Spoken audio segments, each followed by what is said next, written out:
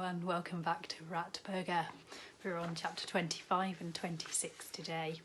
I hope Zoe manages to escape from the horrible Bert. Should we find out? Here we go then. With one hand still on the padlock, Zoe finally managed to turn the key.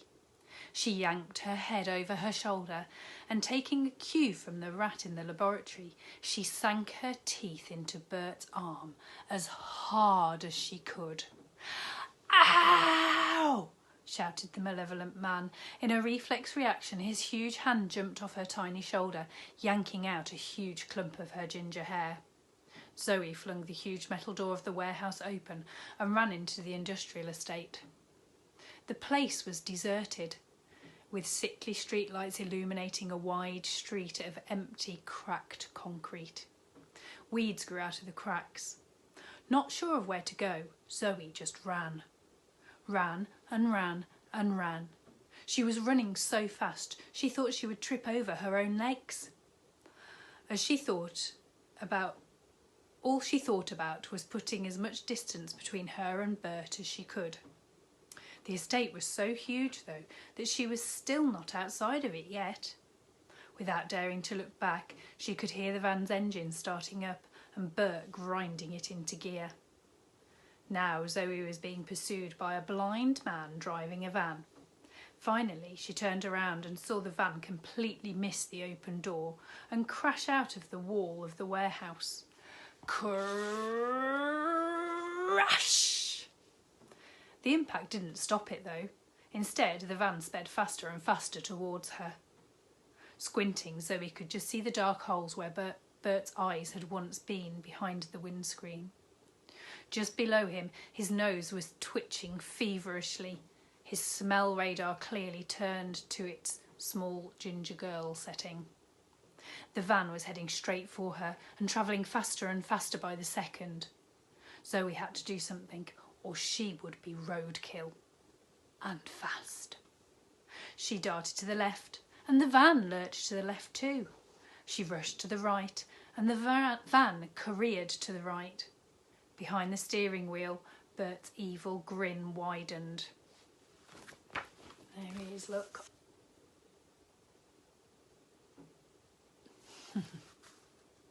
He was speeding closer and closer to making his first small ginger girl burger. Soon the van lurched into high gear and started gaining on Zoe, who was running as fast as her little legs would carry her.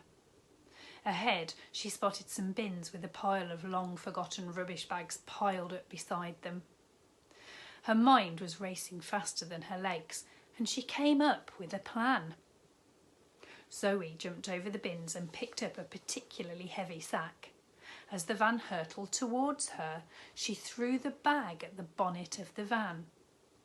As it struck, she let out a blood-curdling scream, as if she'd been run over. Ah! Bert then slammed the van into reverse, no doubt thinking he would run over her one more time to make sure she was dead. As the engine screamed, so did Zoe. The van reversed over the sack. Then Bert leapt out of his van, and his nose twitched as he tried to locate what he believed was a small girl's body. Meanwhile, the small girl in question tiptoed off and crawled under a wire fence into a wasteland and kept running and didn't turn back. After her body could run no more, Zoe jogged. After it could jog no more, she walked. As she walked, she thought long and hard about what she would do next. Zoe had witnessed a blind man who drove a van making burgers out of rats. Who would believe her? Who would help her? She needed someone to help her. There was no way she could take on Bert on her own. A teacher? No. After all, she was suspended from school and forbidden to return. The headmaster would expel her on the spot if she returned. Raj. No, he was terrified of rats. He ran down the street in panic when he saw a baby one. There was no way she could get him to step 1 foot inside that warehouse with thousands of rats inside. The police? No, they would never believe her. She would just be another girl from the rough estate, suspended from school and now lying to get herself out of trouble. Since Zoe was so young, the police would march her straight home to her wicked stepmother. There was just one person who could help her right now. Dad. It was a long time since he had been a proper father to her, since he had come home and given her extraordinary ice creams to taste or played with her in the park. But Sheila was wrong. Dad did love her, and always did. He just became so sad he couldn't show it anymore. Zoe knew where to find him. The pub. There was a massive problem. It's against the law for children to go into pubs. I hope she finds him. Chapter 26. The Executioner and Axe. Zoe's dad went to the same boozer every day.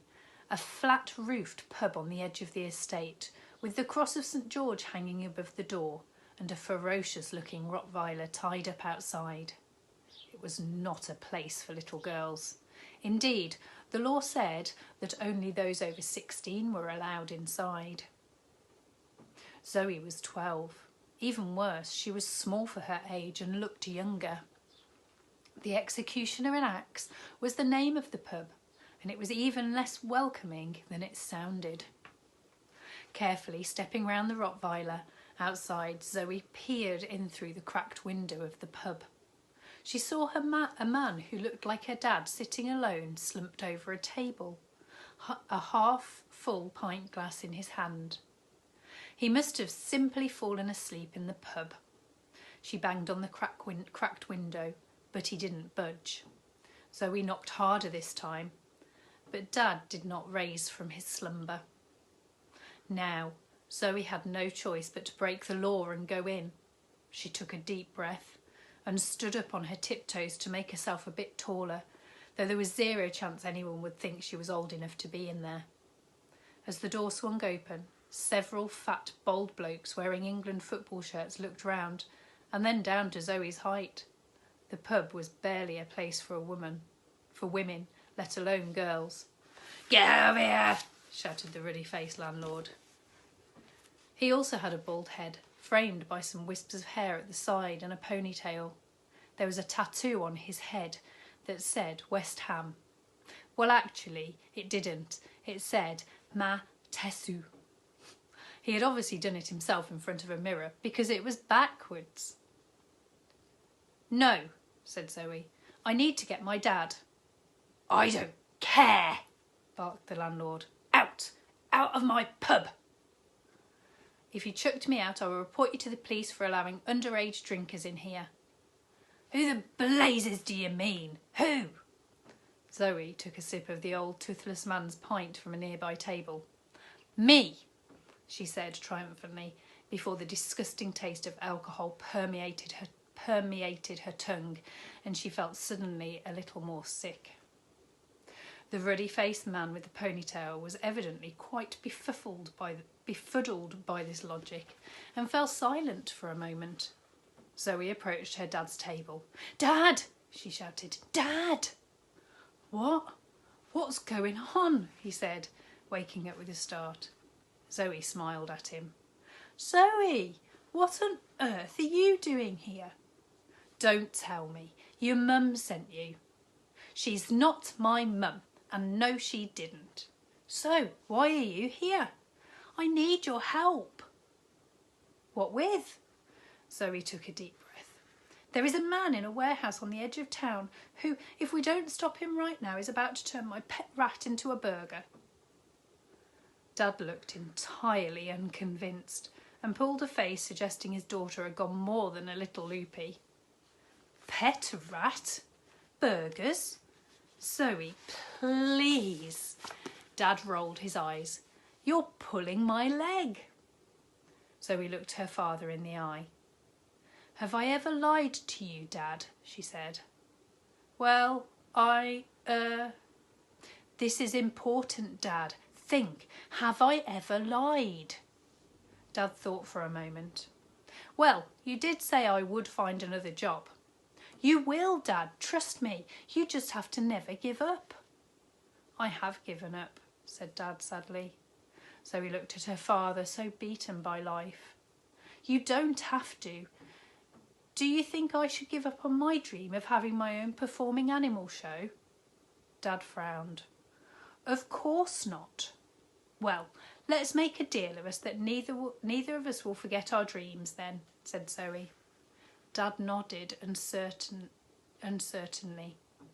Then she pressed the advantage. And that's exactly why I need my rat back. I've been training him. He can do so many tricks already. He's going to be amazing.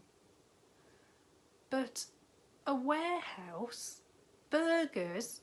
It all sounds a bit far-fetched. Zoe stared deep into her father's large, sad eyes. I'm not lying to you, Dad. I promise.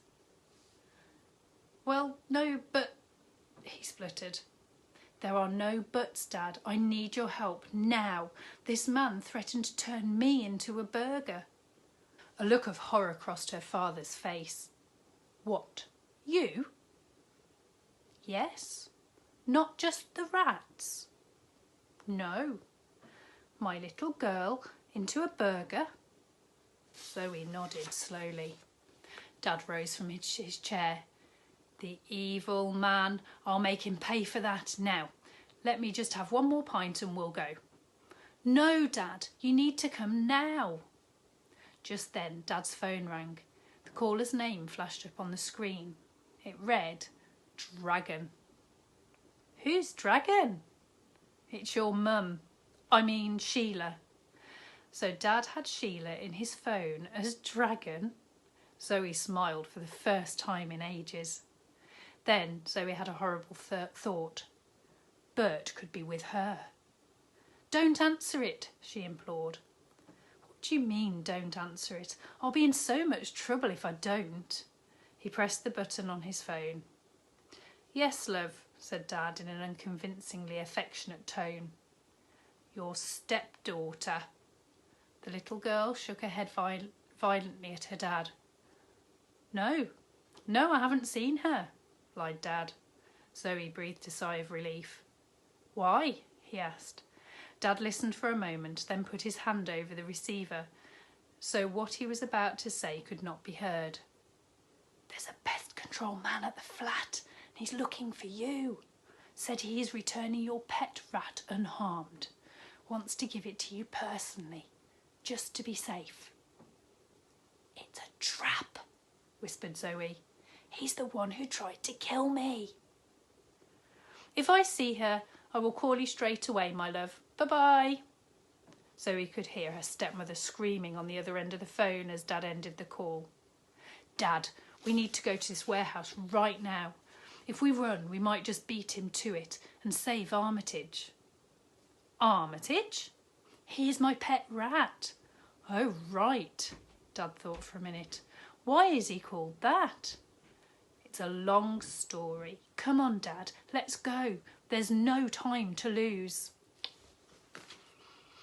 Oh, exciting. She's got Dad on side and I know that Dad can help her. So tomorrow we're on to 27 and 28 and chapter 27 is called A Hole in the Fence and chapter 28 is called Rat Poison.